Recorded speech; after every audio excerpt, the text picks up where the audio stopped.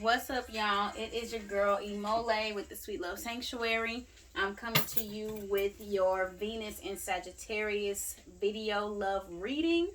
I'm going to talk to y'all about Venus and Sagittarius a little bit, and then we're going to go into some astrology, and then I'm going to bust it down for y'all. So people with Venus and Sagittarius, I would say that this is a philosophical type love that Sagittarius is like to strive for. So if you don't have some sort of depth to you, not necessarily just a sapiosexual, but usually they do toe that line, you're gonna not really keep the interest of a person that has Venus in Sagittarius. But as I was channeling y'all's energy, you can cut that up a little bit.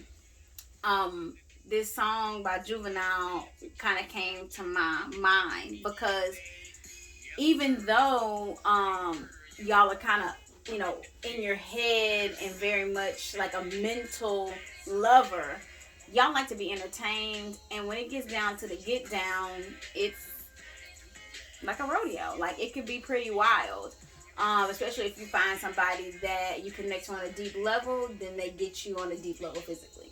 So that's Sagittarius and Venus. Now let's talk about the astrology. So right now we've got 6 planets in Aquarius. We have your moon, sun, Sagittarius, Saturn, Uranus, Jupiter, and Mercury, all in Aquarius. And so right now, when it comes to the folks that have Venus in Sagittarius, that is going to be in your 9th house that is going to be affecting, because y'all are 9 houses past Aquarius. And so this is basically going to be about your philosophy on life, about the things you believe in, traditions, religion. It's going to be a lot about your ethics, about the models that you follow. That's going to be a big area that's going to be focused on when it comes to your love relationships and all your relationships, as we're talking about Venus and how it will affect your sign. So let's see what's popping.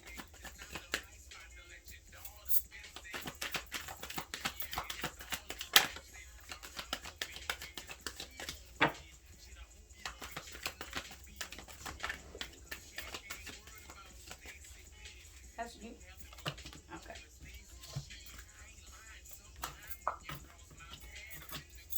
Okay.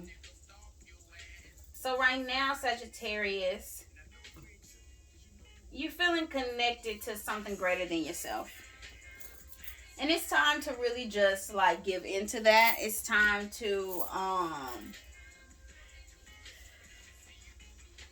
tap into what that is, but also figure out a way to make that work for your everyday life.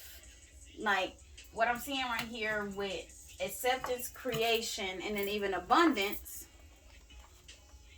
those 3 together is saying there's some prosperity to be had if you integrate your business with your gift.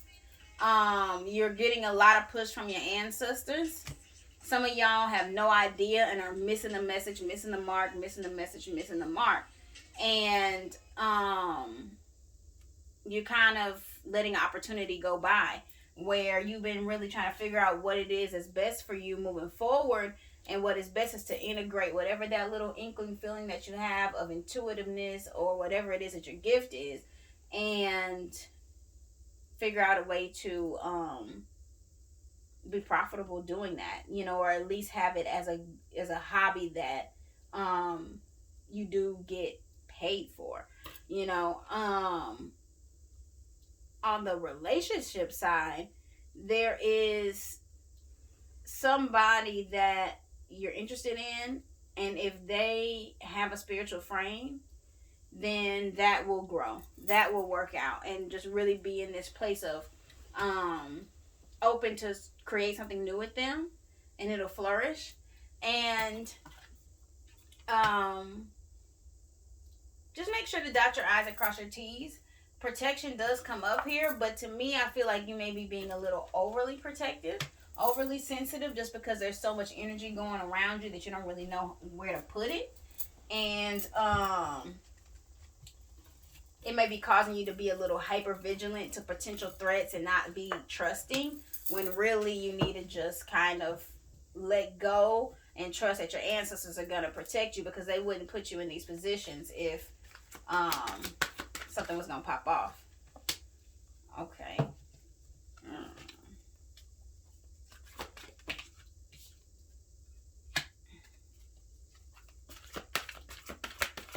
It's popping on.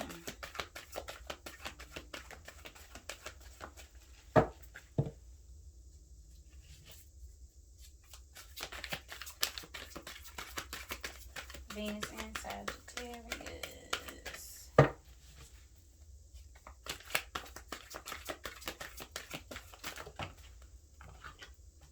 Okay, let's see here. Okay. So I see you tapping into your feminine wiles. And that definitely shows your skills, shows your talents. And I feel like right now, when it comes to your love life, it's like, don't let your left hand know what your right hand is doing. You know, you're not necessarily tied down like that. And even if you are in a relationship, it's like, let's give some element of mystery and suspense and all that stuff. Like, quit just telling everything, and so there's no excitement, you know what I'm saying, in your relationship. And you know, if you're single, then like I said, your business is your business, and there is a level of like finesse that you need to kind of tap into, because I mean, that's just where you are. Also, I'm seeing that there's some mental baggage that you need to move away from, and perhaps doing a little staycation or like a solo trip, not anywhere far. That's too much. Not anywhere far, but I would just say like 1, 2, 3, 4. You know, no more than like a 5, 6 hours away type thing. So just maybe to another city in your state or something like that. Road trip type thing, to where you could clear your head and tap back into like what really you want, and like get some mental clarity. So what I'm seeing above your whole situation is there's some mother issues that are weighing you down, or maybe it's not necessarily mother issues, but just like issues from when you were a child, from how you were parented or whatever, that you don't realize is spewing into your relationships right now. So, oh, that's a good feature. But Yemoja is coming out and saying, come to me. So maybe you need to take a little road trip to the beach or to the ocean or to the water. I know it's cold right now, but who cares if it's going to help kind of cleanse you and give you some of this protection that you're looking for to feel more comfortable. And go give Yemoja your problems. Go give her, you know, your worries and all those things. Bring an offering and all that stuff. So I definitely would suggest doing like some melon, some cantaloupe, you know, bananas, things like that, with some molasses and some shaved coconut, and offering that to the water. You want to make sure that it goes all the way in the water, because if it washes back up on the shore, she did not accept it. And either way, I think it's time for you to do the individual soul searching, and that could be done at the water. So there has been a love offer that has already been given to you with the Ace of Cups. But I mean, it's either you're already going in that energy, you know, you accepted it and it's rolling, or once again, like I said, you let the opportunity pass you by.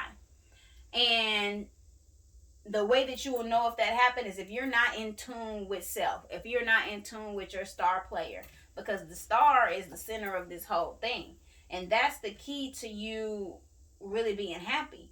And I mean, I know this is a love reading, but Venus is about relating on many levels, and seems to me, which is kind of a Sagittarius thing that you're focused on, how you can be extremely abundant, how you can make money to where you don't even really have to work.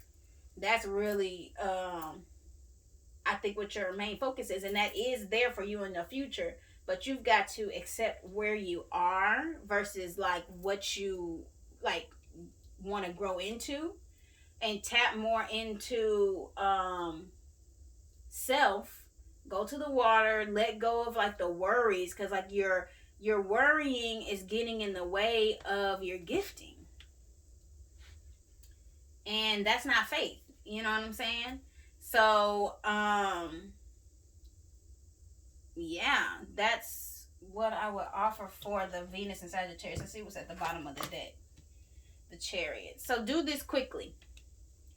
Do this quickly. Nurture yourself, and you will see some success. I think over the next 60 days. You will be surprised how things flourish once you, I hate to be cliche, but let go and let God. Let go and let Yemoja. Yeah. Anything else for Venus and Sagittarius? I think that's it.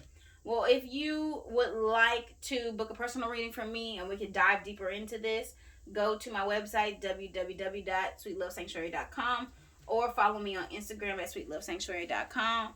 And from now, yeah, just let go and let God. All right. Peace and blessings.